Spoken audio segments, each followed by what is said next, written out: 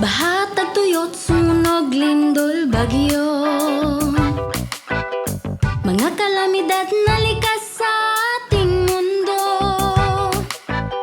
Napapahamak ang buhay at kabuhayan, kaya naman kailangan ngang paghandaan.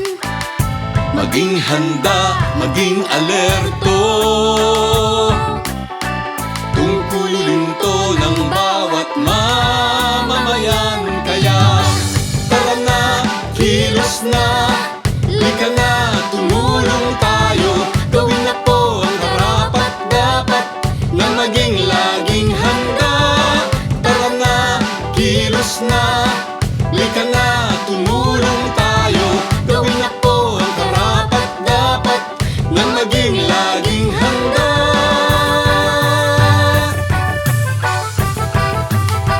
Laging handa.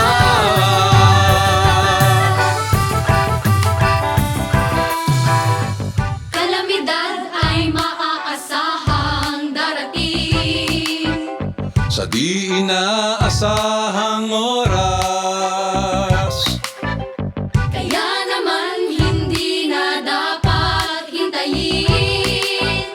Unahan na habang di pa natataranta. maging handa, maging alerto, tungkulin to ng bawat mamamayan. Kaya tara na, kilos na, lika na, tumulong tayo. Gawin na po ang karapat-dapat na maging laging handa. Tara na, kilos na, lika na, tumulong tayo. Gawin na po ang karapat-dapat na maging laging handa.